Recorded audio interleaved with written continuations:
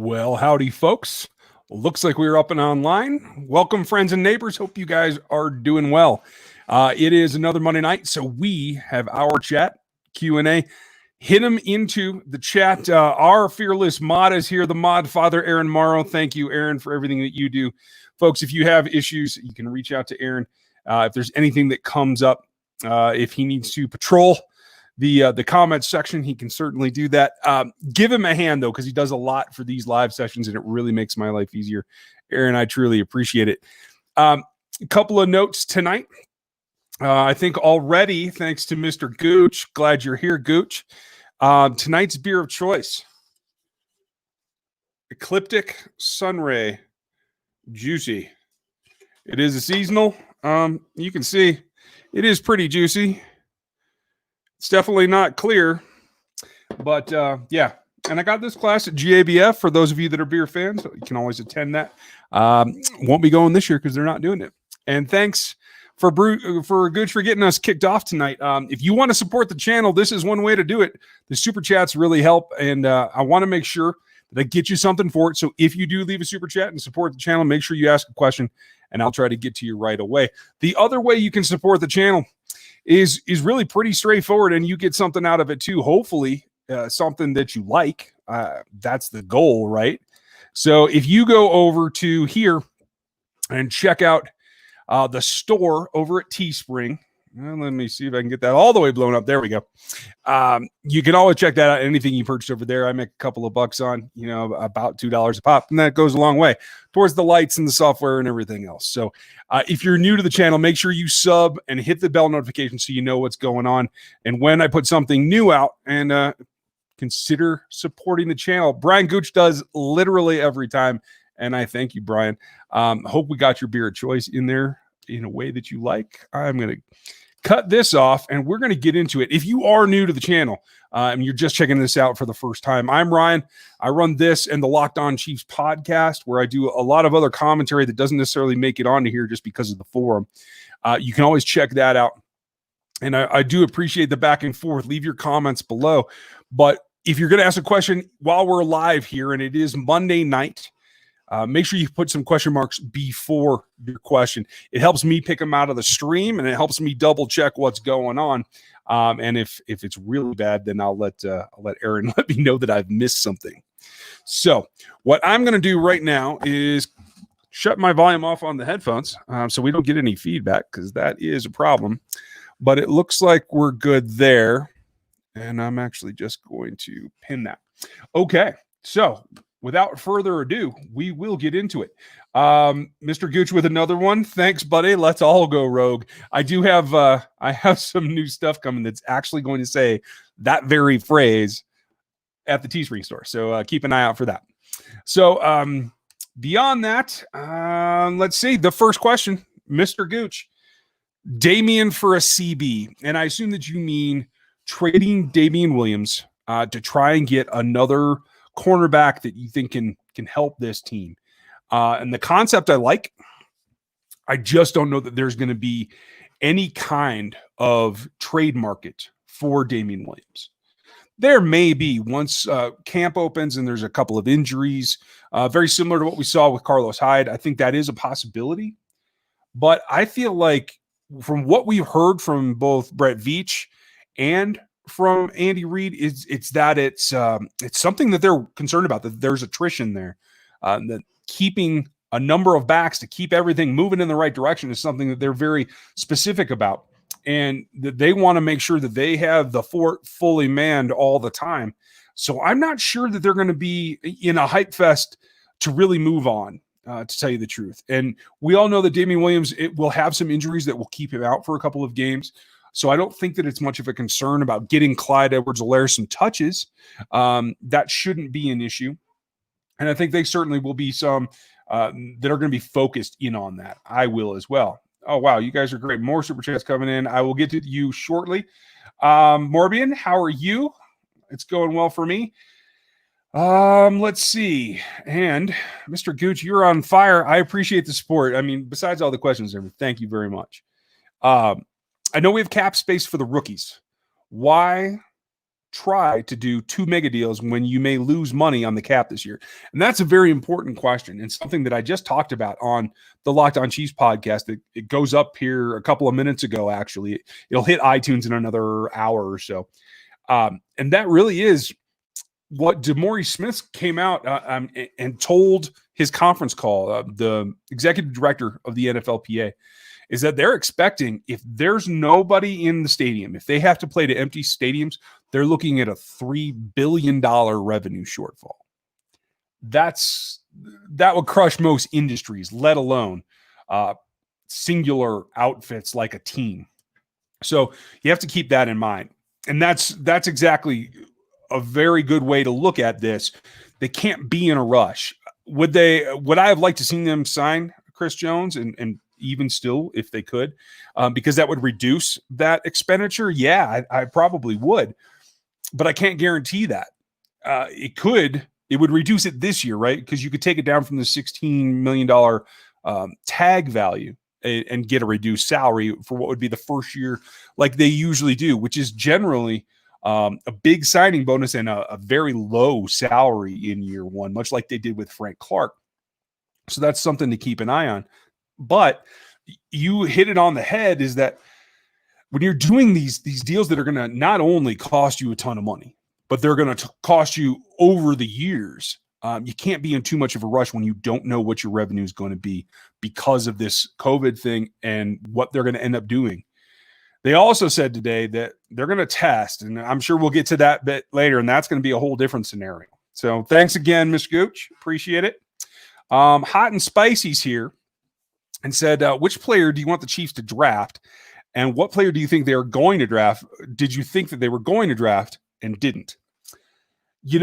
I honestly thought that they were going to try to do something at the linebacker level. And obviously, when the Chargers jumped up to 23 with that trade, that really cost them. And that's not unheard of. It's unfortunate, but jumping up to get Ken Murray kind of put the Chiefs out of it, because you knew Baltimore was going to go for a linebacker. So the fact that Patrick Queen was still there and they jumped on it and that was a done deal, that didn't surprise me hardly at all. You can't really be too confused or surprised because you knew that they had a need. And so that kind of put the Chiefs aside. I thought that corner, I always think corner is a better value pick, but in hindsight, I wanted one of the corners. I could have gone with Fulton. I could have gone with Trayvon Diggs. I could have gone. Did Terrell come off before that? No, Terrell didn't. I could have gone there. Noah Benogany, I think, should have been a second-round pick. I probably wouldn't have been that happy with that, but that's a more important position in general than running back is.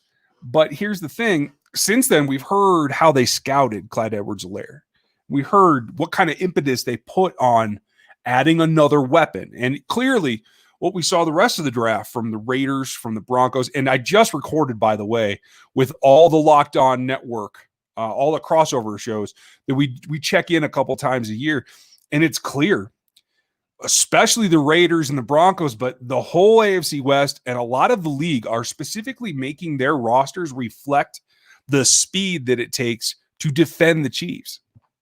And that's something that the Chiefs felt like it's better to double down on what's already working in the offensive side of the ball and try to get it to its maximum and bring the defense along slowly than to sell out for the defense and maybe leave yourself a little bit of room to get caught up to should you have an injury or something goes wrong or the line doesn't come together. I think there's still some questions about how they're going to field an offensive line this year. So that could definitely be something to consider. Great question. Thank you. Gary Holland's got one as well. Chiefs trade Jones to the Pat for their top CB. Gilmore, I assume you're talking Gilmore. He is their best cornerback, but man, that would be trading a 25-year-old for a what, 30? Is he over 30? I can't remember. That's just not, I couldn't see that happening. Belichick would definitely do that. I think he'd run for it. I don't think the Chiefs will. I think they're going to try to stick it out, and they're going to try to see if they can get him to come back to the table sooner rather than later, to tell you the truth. I don't know exactly when, but I hope that that's the way that it works out. That's what I'm counting on. So, Hog Farmer, I see that you're a Keystone guy. I like that. That's one of the cool, refreshing ones I take on my river trips every year. Kyle 2, what's the max trade value for Damian as of this moment? Man, a fifth at the most, probably. Again, that will change when some team has an injury where they don't feel that they can put out a quality back to get going. That's definitely something that will change. But right now, I would say that's probably about his max. I don't see, I mean, it could go up certainly without an injury, maybe a little bit as they get closer. But again, I think it's a luxury the Chiefs want to hold on to as long as they can. Mr. Gooch, thank you again. Based on the length of the deals that Tyreek and Travis Kelce have come due at the same time with a Mahomes mega deal possibly and a Jones, Clark, can we keep everyone? That's a great question. And I think the most interesting thing about that, Tyreek just extended last year. So I think you're okay. Yes, his salary is going to climb. I could probably pull it up here if I was more nimble on the keyboard, but I'll let that go for now. We can look up the specifics. Tyreek is going to follow its natural path. It's going to climb a little bit. I'm not too worried about that yet. It's Travis Kelce because Kelsey's going to be in for his third contract. And I don't think he wants to go anywhere. I don't think the Chiefs want him to go anywhere, but he's going to be expensive.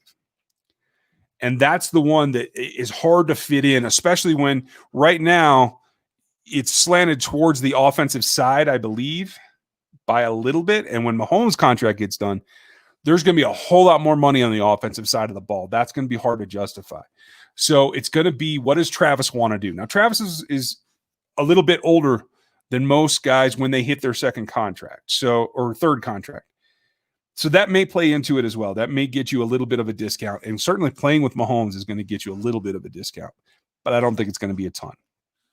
So I think Clark is ripe for a restructure, to tell you the truth, because it doesn't escalate in a nice, even path where you can stagger it with other guys to get those hills being climbed. It jumps pretty significantly. And I know they've already done that, but I think that Frank Clark's contract could be in years to come, one that they go back to the well and try to restructure fairly often, just because of the initial way that it was built. But we'll have to see. It's going to be definitely a balancing act, Gooch, and I appreciate you bringing it up. It's something that we're just going to have to monitor. And thank you again for the support. Gary Holland, does Coach Reid go in the hall as an Eagle or a Chief? I mean, at the end of the day, you can say everything you want to say about McNabb and Westbrook and Shady and T.O., Freddie. I mean, all the players that he had there. He got the Super Bowl in Kansas City. Honestly, I don't see him retiring anytime soon. He could be. I mean, there's an outside chance that Coach Reid wants to coach Pat Mahomes his whole career. If he does that, there's no way he doesn't go in as a Chief. But I think even at this point, he probably goes in as a Chief, especially if there is intent on getting a second Super Bowl, as they seem to be. I think that would seal it 100%, but I think it's already there. Great question. Who's next? Steve Concepcion, how are you?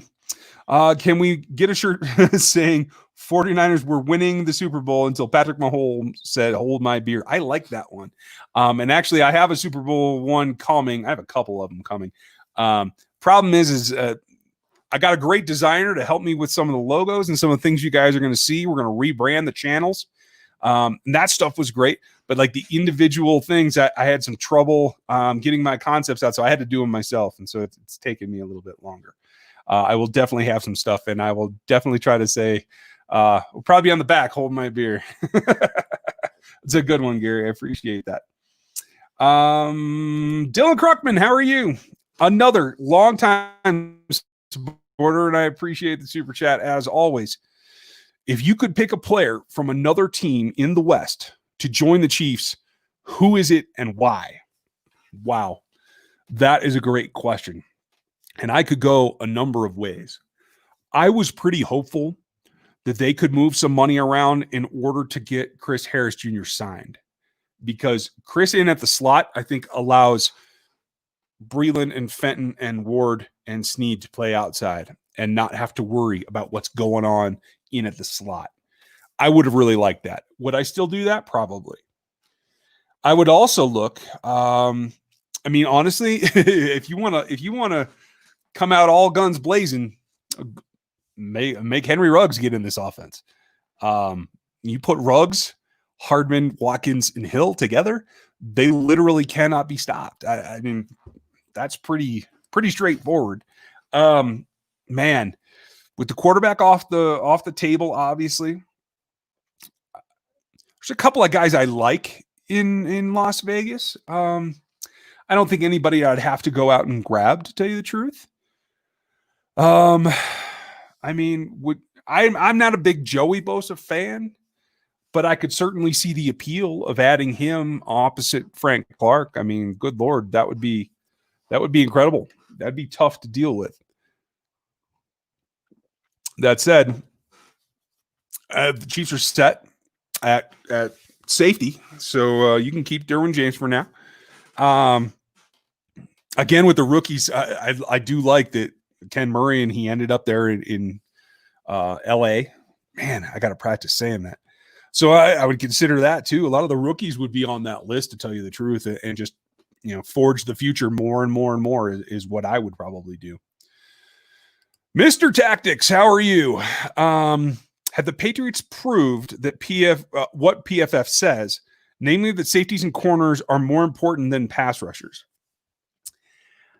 I don't know if you can say that, because it's been a year or two. And yes, the whole mush, disguised rushing attack, it can definitely do something. And quite frankly, the NFL has changed to the point where passes come out so much faster that having a guy like even D Ford, who is got still one of the best takeoffs in the league, having him come all the way around the outside is just problematic when they're getting the ball out in 2.2 seconds.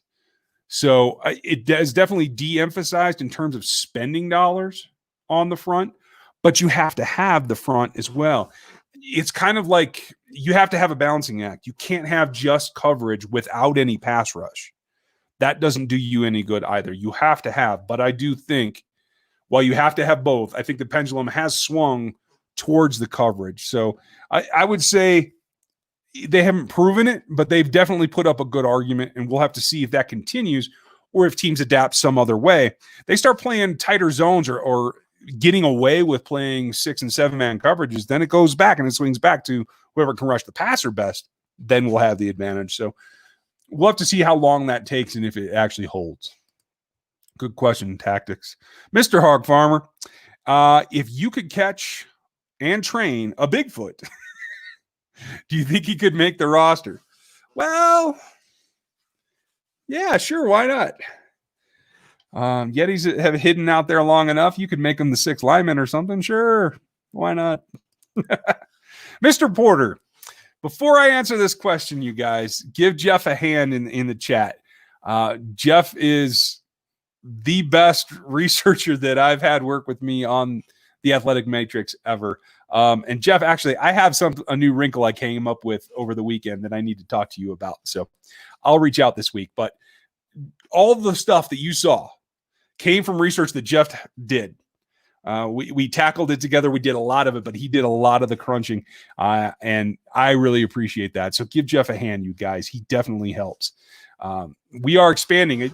Going to have another wrinkle on the Matrix this year with Rogue Analytics. Dan Harms has joined the channel. Aaron's our mod. Like, we're growing the RGR team as well. So a lot of interesting stuff. But for Jeff's question, if a top 5 NFL QB tests positive for the virus, say in week 3, will his team really sit him for 2 to 3 weeks, sort of like an injury? I think they're going to have to. Unless they get to the point where right now, what they said today on the phone was that they're planning to test all the players 3 times a week. So if a player tests positive, I assume that they'll either continue to test 3 times a week or they might test more. And then as soon as he's negative, I would assume that he'd be back in. And you're talking Mahomes or Breeze or one of the elite. Here's the big thing. I don't think they're going to shut a team down until there's 4 or 5 players that get it in a locker room. If that happens, then you could see some forfeits. Then you could see games being postponed or canceled. And I think that's the bigger concern, to tell you the truth, because I think it is going to move around some. I don't think it's going to be limited to one guy gets it from his family or an off week or the guy at the pizza place or whatever. It generally spreads too easily to just not go any farther. So I think when one person gets it, you're going to see a locker room get it. And I think that's going to be a little bit problematic. Great question, Jeff. Let's see. Norman, how are you? Who do you think is going to be running back group on the 53-man roster?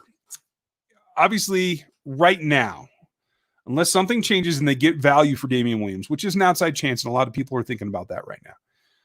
Damian, Clyde, I think it's Darrell and possibly DeAndre Washington. A lot of folks think Darwin's going to beat Darrell out. I don't necessarily see that, because while Darwin did a couple of nice things, Darrell's proven that he can do everything that they want in blocking, running, pass catching. I mean, he's got multiple pass catching touchdowns the last couple of years. It's about whether he's healthy or not. He might be on the PUP list, which means Darwin definitely does make it. And I think Elijah McGuire is probably destined for the practice squad again. That's what I see right now, Norman. Good question. Steve Concepcion, I think Montana is the best ever too. What is your justification for his ranking? I mean, quite honestly, in the back of my head, it's always the fact that he didn't have a very good arm.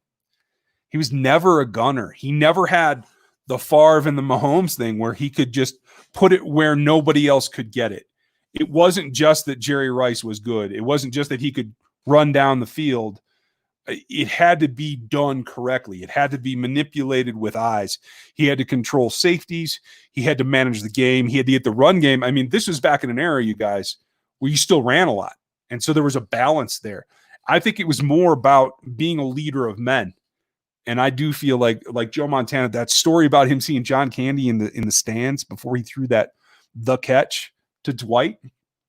I mean, that's the stuff you just can't get over, in my opinion. I don't hear that about the other ones, about Tom, about Dan. I hear them being competitors, but I don't hear about them raising the level of their teammates as much. So that's my philosophy. And I could never count them out of a game. That's really what it comes down to for me. So, it's you and me against the world, I think, man. Real talk. Who will be starting at DE opposite Clark? K-Pass speaks or someone else. It's going to be Alex Okafor if he's healthy. He had that pec rip, and that's something you can usually recover from. It's not generally something that's going to linger for multiple years. So I do think that he's probably the most likely candidate, especially when you look at how much they're going to have to play nickel and look at moving around in coverage. If they're going to be, playing from a good lead like we saw last year a lot of the time and not doing this thing in the playoffs where they spot the Texans 24 points, you might see more dedicated pass rushers. Right now, my guess is the K-Pass backs up Clark as the primary backup for him. And that Okafor plays early downs where you might have to drop or you need somebody that can read. And then I think Taco Charlton comes in and replaces him on pure passing downs. I don't think Taco's that great against the run. At least I haven't seen him be, in my opinion. But I do think he's a better pure rusher than Okafor. So I could see that being the kind of platoon. I know there's a couple of guys. There's a couple of new blog websites, whatever, that have started up on YouTube lately. I've gotten a lot of questions about, do I think they know what they're talking about?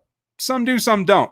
But if somebody's questioning whether the Chiefs are actually going to keep pass rushers like Charlton who can clearly get to the quarterback, then take everything they say with a grain of salt. That's just the way that it is, especially when you know you're going to be playing from ahead for the most part. Now, the interesting thing is Speaks. I have no idea how healthy he is. I have no idea if he can even play. if he can, it's going to be interesting to see what he's done with his body and how he fits into the hierarchy. The other guy that I would warn everybody not to forget is Damone Harris. I think he has one of the best get-offs on this roster right now. He's not the power player that most of them are, but I do feel like his speed and get-off is something that is the change of pace that they need to keep. And I'm looking for K-Pass to continue to play inside some, because I think he made some nice plays from the 3, from the 5, when he played with another guy outside of him. So I would keep an eye on that as well. I don't know if that means that he's actually the backup for the other side, but I do believe he'll be the guy that comes in when Frank needs to go out. Great question, Talk. Mr. Gooch, you're back. Oh, great. I'm glad. Yeah, this site is definitely different. I don't know if it's helping or hurting the quality of the stream. Again, this is just my internet living up here in the mountains. So until I get that fixed, it's not going to get drastically better. But I have heard people say that the way that it looks is better than it used to be. And clearly we can have these kind of things where people can see what we're talking about and not trying to keep up. And then you guys know where I am in the chat too, since I'm always behind. So, hey, thanks for that one. And your next one. No rogue left behind. If you're out there doing your own thing, thinking your own thoughts, we will not leave you behind. That's the whole point of this channel, is not to fall into what everybody else thinks. Like the herd mentality that one person says it or one side says it and then everybody else says it. That's not me. That's what the whole going rogue thing is take a look at what you know and what you see and make your own determinations. Dre 303. I hope that means that you're in Denver. That's cool. Do you think that Willie Gay Jr. will make an immediate impact? I do. I think he starts week 1, whether it's at will or in the nickel. I just don't see anybody else that's going to hold back his upside. Yes, he's going to be raw. He's going to not know where he's going some of the time, especially without having all this practice time that they've missed. But I do think he makes an immediate impact. I'm sure he'll make mistakes too. But I like him on delayed rushes. I like him in coverage. The run fits is where I'm a little concerned, but I think that's playing into it. It's playing up to being at the NFL level. They will miss Reggie in that role. And I do feel like they're going to let Damian, is my guess. This may not be right away because Steve Spagnuolo talked very long and hard about the fact that they had to feel things out last season. They're still trying to do that in some ways. Now they have new guys to figure out how they fit into the defense. But I do feel like when they want to walk down a linebacker onto the line like they did with Reggie Ragland last year, where he played almost like a defensive end, but stand up, I think that's going to be what Damian Wilson does this year, so that Hitch and Willie can be the guys they're going to drop and take coverage assignments. I think that's where it's going. That's what I would certainly start looking at. And we'll see if that changes. Now, I like Willie on delayed blitzes up the middle, A-gaps in particular, because he's got the speed to accelerate and take advantage of that. But I don't like just straight dogs with him, because if he hits a guard, he's not going to win. He didn't do that in college very well. He doesn't take on blocks very well. He is a coverage linebacker first, in my opinion. So it remains to see how it's going to go. But, yeah, I think you're going to see a lot of them. Mr. Hot and Spicy, who do you think is the biggest bust in Chiefs' recent history? I mean, it's got to be Kavari Russell, right? Didn't even make the roster, went to Cincy. I think he's since been cut. I think he's on a practice squad last I saw. I mean, everybody, I hear a lot of disparaging remarks about Brett Veach. I hear honestly more negative about him than I hear positive, and I don't get it. Because, yes, he might have pushed for Breland Speaks because he wanted him. This is clearly, and man, I should do a video. I will do a video on this too. We have to redefine what we expect from Brett Veach, because it's not best player available. That's not the way he works. He is a scout at first, and when he finds something he likes that he can make use of, that's where he goes. He went after Breland Speaks. He went after Hardman. He went after Clyde. He went after Snead. Snead was high on his list. He said he was the number 1 player on their list come day 3, and they had waited out to get him. That's how he works. But the biggest bust in Kavari Russell has to be on John Dorsey. And I don't know what they were thinking. I had him as a 4th round pick that year. That's clearly where I would be going. Norman, how are you? We're back. Where do you see the defense ranked by the end of the 2021 season? That's a good question, man. I mean, it all depends on how you're looking. At the end of the day, the only thing that I care about is how many points you give up. And I think that is going to continue to improve.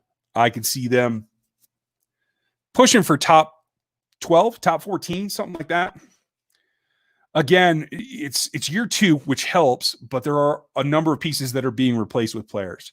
So that's going to be difficult. What they had in Kendall Fuller as kind of a stopgap at corner and at safety, that's going to be missed. Depending on what happens with Breland and how long he's suspended, you might be putting a rookie in there. I really do think that Snead is probably the guy that is going to let Mathieu drop down to the nickel with Fenton and Ward.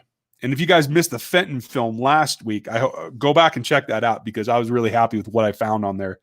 I was not huge on Fenton coming out, but his aggression really sold me. And that's another guy that Brett Veach went and got because he liked the way that he played. He was a nasty, aggressive corner, and that worked for him. I think that all plays into it, but there's a lot of youth in the secondary right now. So that's got to be a concern. If they can get that together, though, I think they can make a steady push. Steve, which player do you see changing positions to make the roster? That's a good question. I mean, it could be Snead if you want to count him like that. I think really what it's going to be, maybe Jody Fortson. I like what Jody did. If you guys missed my interview with him before his rookie year, I had a long talk with him on the podcast. You can go check that out at Locked On Chiefs. Nice kid, solid. Was wide receiver, but he's a big body kid. So his last year in college, they started to try him at tight end. It didn't really take in terms of like inline blocking and stuff like that. But the Chiefs worked him out that way. And then he went back to wide receiver this last year. They have so much talent at wide receiver, though. Could it be a situation where they want to keep 3 tight ends and it's about him and Yelder competing? I like Yelder too, but I think Jody might have the upside in this particular offense over Yelder. Could Ricky Seals-Jones burn out? It could be there as well.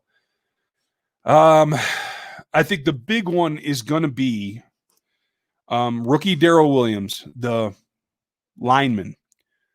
Does he move from guard to center and compete with Ryder? That's going to be my question. That would be the other one that I would consider, Steve. Good question. Gary, do the Chiefs use their first round pick in 2021 on a left tackle?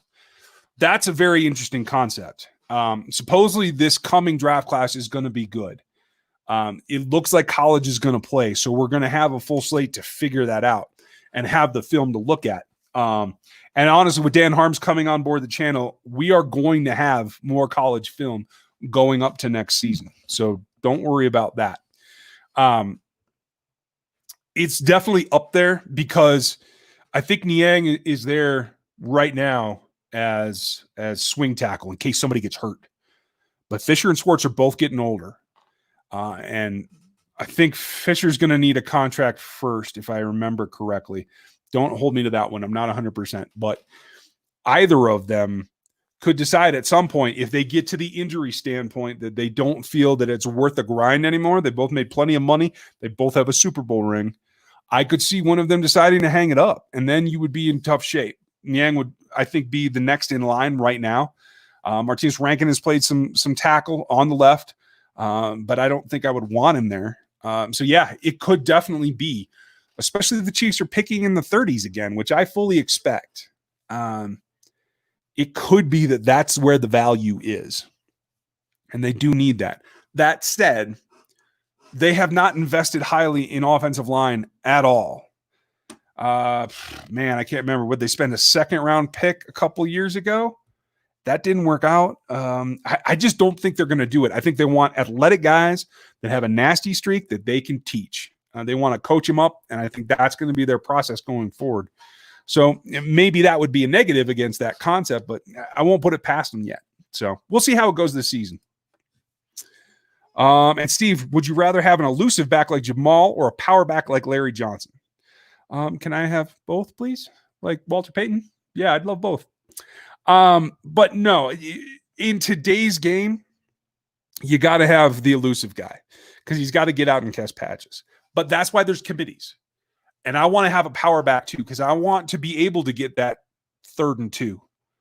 I want to be able to cram it down the defense's throat and make them pack the box and then go over the top of them. That's what I want to do. I think Darryl is actually the best option they have for like a true power back, but he's not a true power back. So they don't have one. And I think the Chiefs actually show you what the modern league is about, and it's not about grinding and powering through. If you're going to find a power back, it's probably going to be in San Francisco or in Baltimore. So, yeah, I don't know. I'll take both. Let's see. Super Devil Juice. I don't know what that means, but rock on. What do we expect from the D-line Saunders? That's Colin Saunders. He's going into his 2nd year. He's 99. I really look for him to take a step forward. I'm just not certain because of no OTAs and no mini camps and none of that. He was a little soft. I mean, he's a decently strong guy, but he needed to get stronger. And he needed that offseason program in the strength conditioning room with Barry Rubin. He needed to be in OTAs, and that might slow his progression some. But he's still explosive, and I think he learned to anchor better last year. When he first came in the league, he just wasn't that good against the run, especially when he was going to play inside, like with Noddy when they got double teamed. But you saw against the Denver Broncos when he started to finally put up a fight, and he was able to get his butt down and anchor and take on those blocks.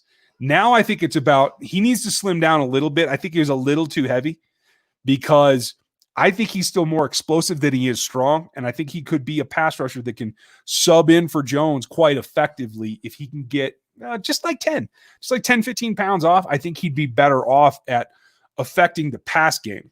Right now, he's more about the run game, but they re-signed Mike Pennell for a reason, so that's what he's there for. I'm really excited about him, though, and I think that he could be a guy that eventually surpasses Derek Noddy because while I love what Noddy does, he is lunch pail guy every down, but he doesn't have the explosive high end. He is better against the run, and quite frankly, he's better at eating blocks than he is splitting them. That's what I want to see. I want a penetrative 3 technique that can just take that B gap away from another team. So that's what I expect. Let's see. Mr. Gooch is back. Thanks, buddy. You're keeping the lights on around here.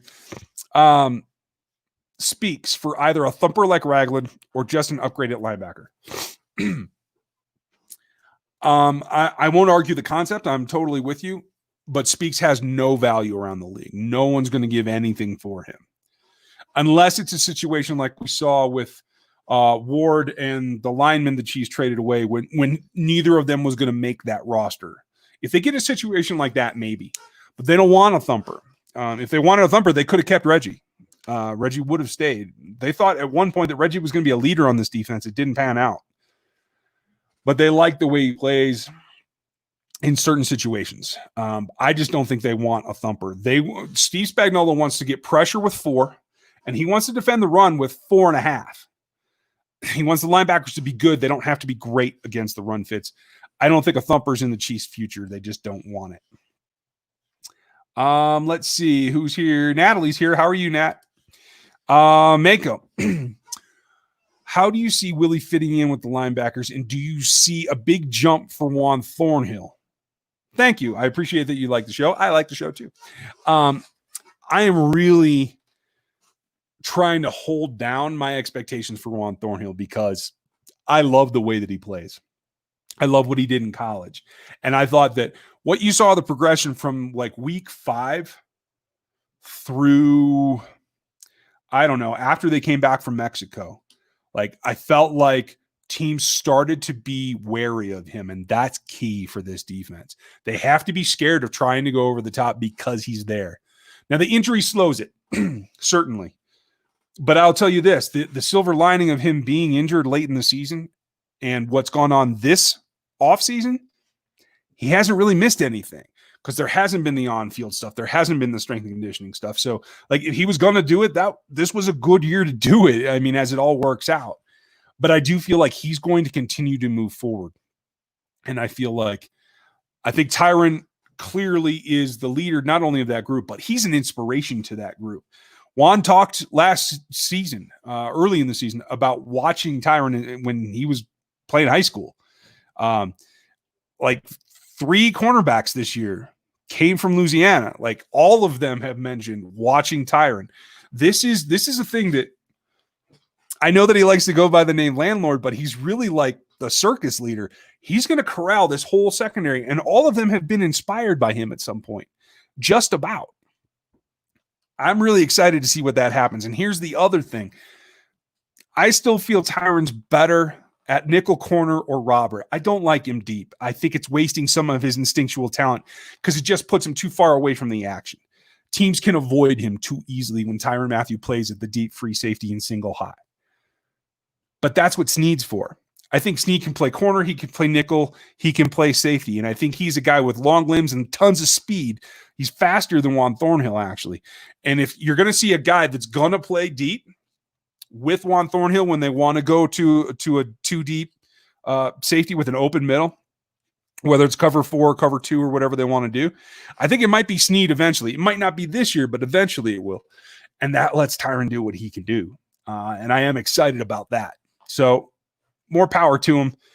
I think the sky's the limit. I think eventually Juan Thornhill can be an all-pro. I definitely see a Pro Bowl in his future rather quickly. So long as he can stay healthy, that's going to be the key for him. Great question.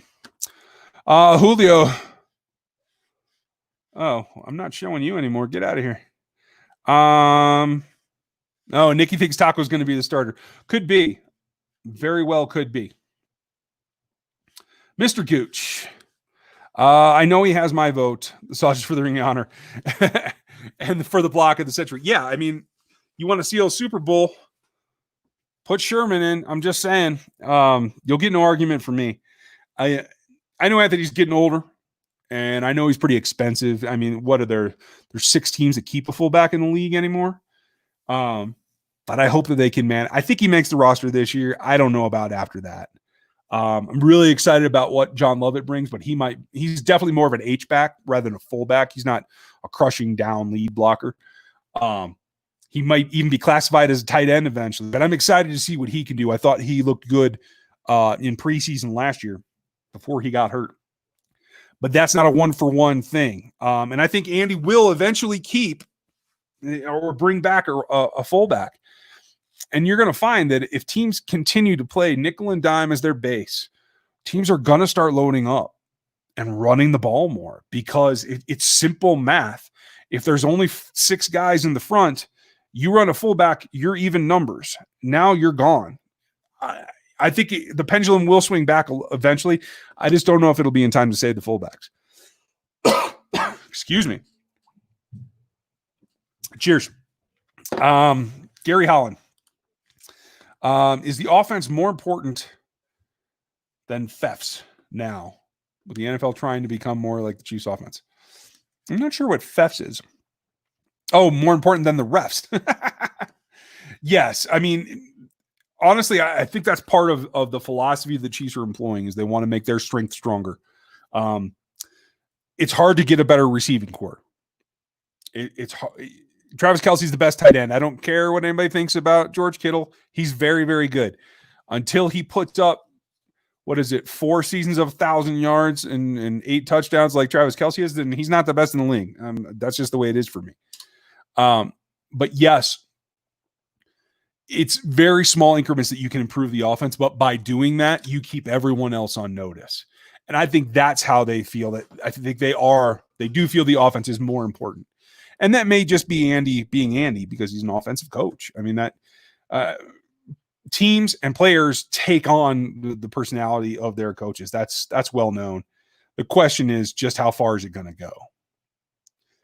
Let's see. Okay, I got that one. Okay, Lucas. Other than Clark and Jones, which player do you think will have the most sacks this season? That's a very good question. Those two are going to get a ton. I have to think that, honestly, if I really think about it, the two of them are going to get 60% of the sacks. I think you might see it be a linebacker or a secondary player. I mean, if they start playing Tryann at the nickel all the time, they're going to blitz the snot out of him. He could end up pretty high on that list. But I would say in the defensive front four, I think the next option for me would most likely be Charlton. I think he's the next best rusher. It's about how much he can be on the field. And then I would put Okafor. Okafor was on for a career year last year, and I think if he's healthy, I think he could push again. So I'm going to put him in that order. Kansas Carliner, how are you? Do you think that Darwin Thompson can clear waivers to get on the practice squad, and can other teams claim him if he is on it? Yes, I do think he can clear waivers. I don't think there's going to be a whole lot of interest in him. Blocking wise, I don't think he's there yet. In pass pro, he did a couple of nice things, but I really didn't see him take advantage of his opportunities very well.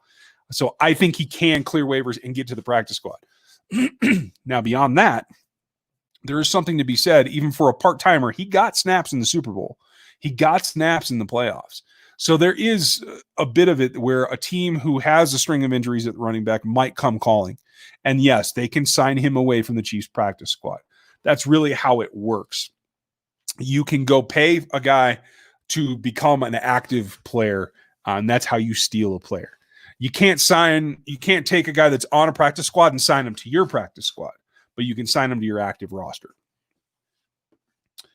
Let's see.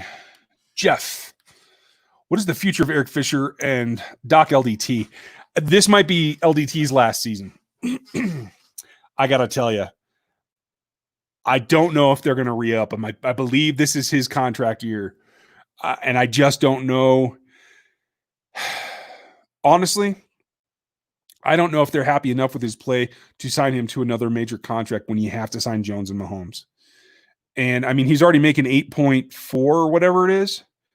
To sign him for more is going to be very difficult. And I have to think that he may be okay with that. I feel like, I mean, he's been in the league 6 years now. He's got a championship. And I feel like he's going to soon approach that point in life where he realizes he can make a bigger impact on the world as a doctor than he can as a football player. I think what we've seen from him this offseason, the HBO documentary and all that stuff, I think that may play into it. I don't know, but that's kind of what I think. It's a good question, Jeff. Eric Fisher, I think he probably plays out his contract, and he will probably be allowed to leave him in free agency if he doesn't choose to retire, and he might. I know he's had his shoulders recovered. I think he's fairly in good shape, but you never know. Those injuries creep up really fast on offensive linemen. Nate Matthews, how are you? What do you think if a team has players test positive with COVID during training camp? Will the NFL shut down training camps due to an unfair advantage with teams being able to practice versus those that cannot? That's a very good point. I don't think so. I think once they get everybody into camp, the NFL is going to treat it like we're moving forward. Whatever happens from this point is going to have to be dealt with on a team-by-team basis, is my thought. This is a really good question, and I appreciate the super chat, Nate. Thanks for the support. You guys have been great tonight, and I know there's not a ton of us in here tonight, but we're doing fine, and you guys have been super generous. Thank you. I think that's a really interesting scenario because I think once, and maybe you're right, maybe during training camp they will shut it down and say, everybody take a week off or 2 weeks off. Let's clear these locker rooms. And we'll start over. I don't know. They could do that. I don't think so. Because really, even with a shortened preseason, like we were talking about earlier, and I went into detail on the podcast today, check that out. I don't think, even with a shortened one where you're only playing 2 preseason games, that's what they're talking about. You're losing revenue already, and I don't think the league's going to try that. I think the league's going to push to keep as many things on track as it possibly can until it just falls apart. I don't think they'll shut the season down until multiple teams have to take weeks off. And I think what you're talking about, if a team has multiple players test positive, and I think it's going to depend on the size of the cluster. If you listen to the CDC and Dr. Fauci, he talked about, I think it was Peter King He was on a podcast and he talks about clusters and about what a volume of infection would mean for a team. I think he was talking about baseball because he's a baseball fan, evidently. But I think if you get a cluster of 4 or 5 players, I think they're definitely going to be shut down. They are, and you'll look for backups. But if you get that many in a locker room and then you find it, I wonder if you're not going to have more cases. And if they get to 6+ cases, my guess is they're going to shut down a team, and that team's going to forfeit that week. That's my guess. I have nothing to base that on. I have not heard anything from the league about that. That's just my guess, because I don't think they'll want to put other teams at risk, and they don't want to shut down any more games than they absolutely have to. This shortfall could be serious for the league, and I think they're going to be very much on the side of playing as many games as they possibly can with as many teams as they can. So that's my thought. Good question, man, and I appreciate the super chat very much. Steve, man, this does not show me how many questions we have left, you guys. I know we're 10 minutes out, so I'll start speeding up. How impressed were you with Tano last season? I thought he took a big step forward, not a little one. And I was actually really happy with the way he played inside, and he used his length well to extend and get those reps. And I think that's the evolution. I think that comes honestly from the coaching of Daly. I think nothing against Reid, but I think coaching from Daly is a big step up for him, and that's why it happened. S. Burke, if something happens to Watkins for next year, could you see more 12 personnel with Hill and Hardman and a free release? You could. I don't know that means a free release, though, because if defenses go and are playing against 12, they're going to keep an extra linebacker. I mean, free release meaning they weren't jammed, okay, but I still think in that situation, when you have more linebackers on the field than corners, I think those corners are going to play up tight and try to use that full 5 yards that they can make contact to their utmost advantage. That would be my expectation. And quite honestly, that's what I would do. Daryl Sparks, which rookie do you think will make the most impact on the defense this year? Impact? I think it's going to be Sneed, myself. I think snaps is going to be Willie Gay Jr. I just don't know. I think there's more of a learning curve for Willie from where he played than there is for Sneed from where he played, because he felt Sneed played in space at safety, he played in corner. I feel like he's more mature in terms of the things that he has to do than Willie is. Willie didn't even play last year, so I think it's a bigger hill. Hey, there's Corey, the Artist Chief. Welcome to the channel. I don't know that we've had you on before, my friend. Everybody, give Corey a follow, the Artist Chief, if you don't already, on Twitter, over on his YouTube channel. I appreciate you being here, dude. Who's the best artist in the Chiefs Kingdom? Yeah, that would be you. Follow the question, when are you coming to KC? I haven't solidified anything, but I got to tell you, I'm not coming for camp. I would love to see you out there, Corey, as well as everybody else. I don't think I'm going to make it for camp. My wife actually has a respiratory issue, a pre-existing condition. So this virus is not something that I'm going to mess around with. So I don't think I'll make camp. If everything smooths out, I will attempt to make my normal late season journey back to KC. I'm going to be in town for Christmas, so that might make it easy too. So, but Corey, I will catch up with you. We need to chat in general, dude. Rob Mulligan, will Andy run more with CH? That's the big question, right? I hope so. I don't know that he will. At the end of the day, Andy's Andy and he wants to throw the ball, but I would love to see that. I do feel like he might be a little more apt to go for it in short yardage situations, because in college, CEH has really shown that he has the ability to do that. He's strong. He's got a thick lower end like Kareem Hunt, but he's much smaller. And I think that's an advantage.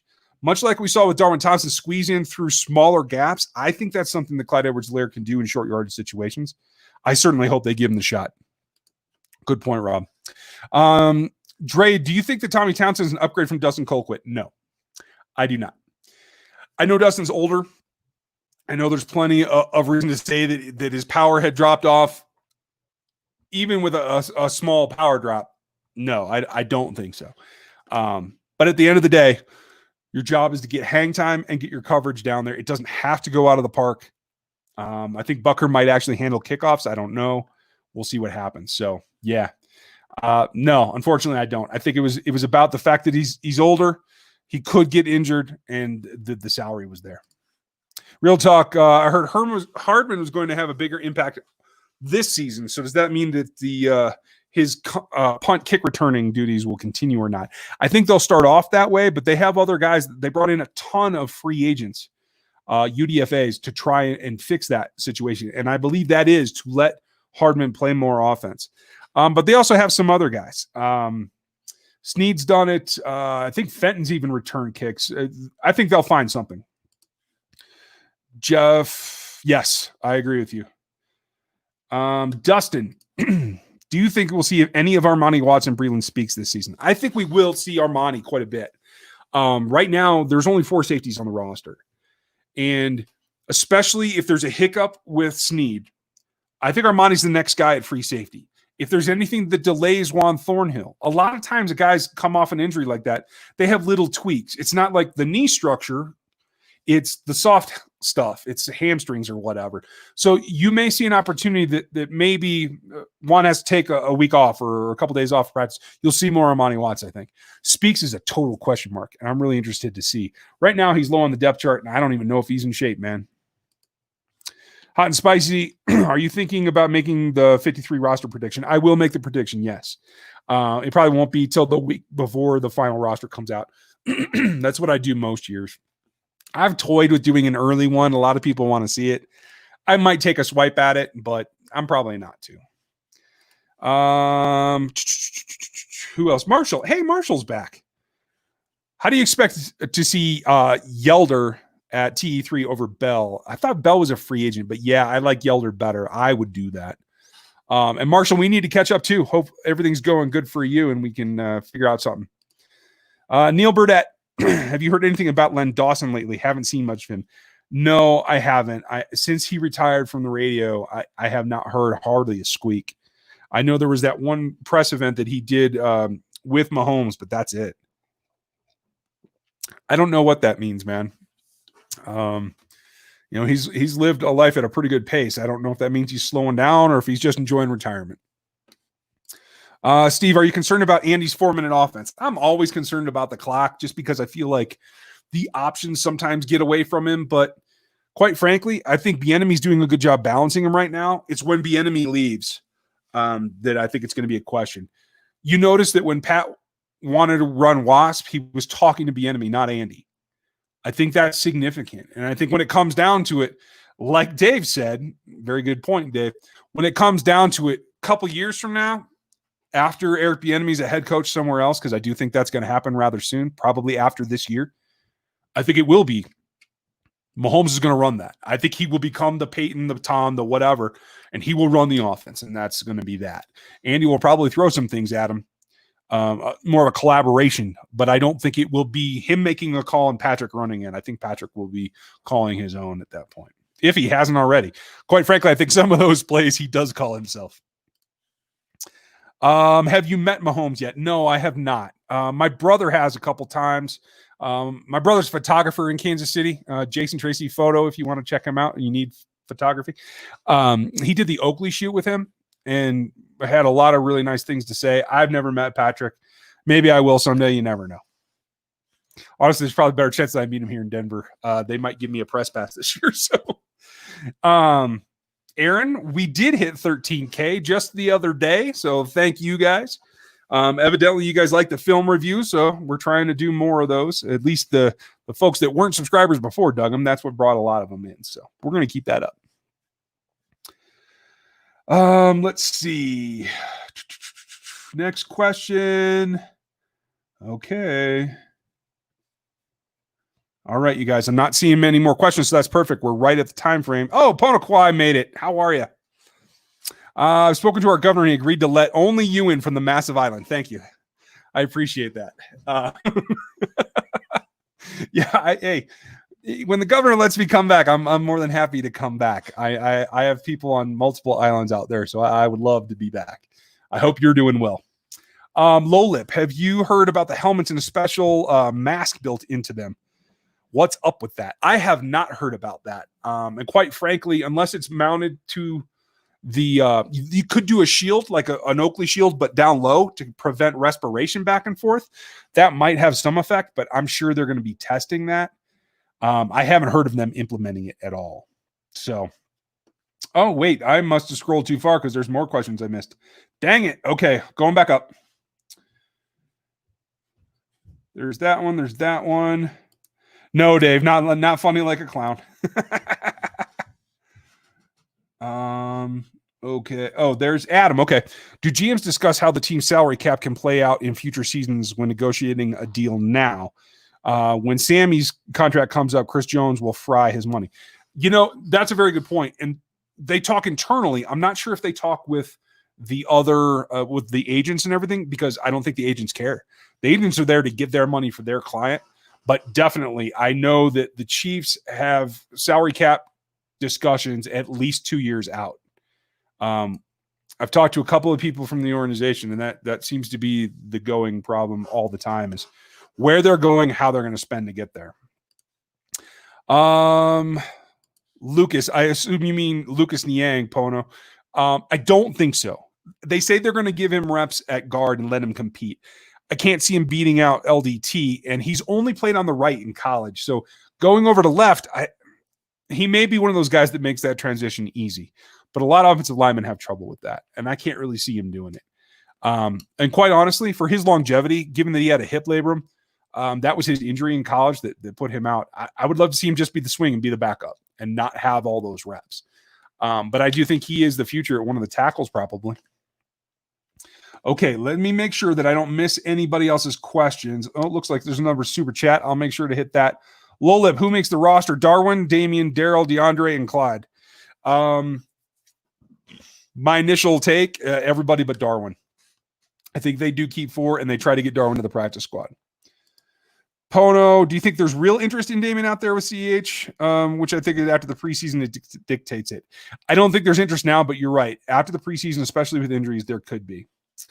Oh, okay. And there's Low Lip. Okay, I'm getting caught up. You guys. We're almost done. Oh, Norman, I am sorry to hear that, dude. I have been there. Went through that a few years ago with my mom, and I'm sorry for what you're going through, Norman.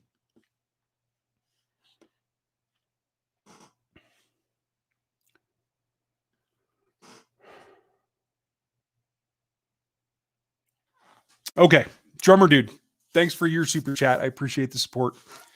It's been a while. Oh, did I not select it? Let me get that up there for you. It's been a while since I have caught a live stream. Feels good to be back. I'm glad you're back, bud. Who is the most underrated Chief incoming this year? Who's the most underrated?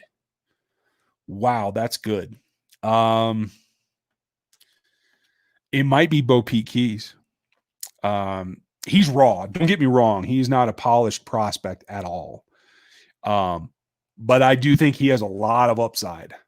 Super length. He can be aggressive. He's got to get coached. He's the classic guy that they like what they see physically. He's capable, but he's got to get coached up. It's what I talk about every year in the Matrix. It's about having capability and then having the coaching to get you there to use all of your capability.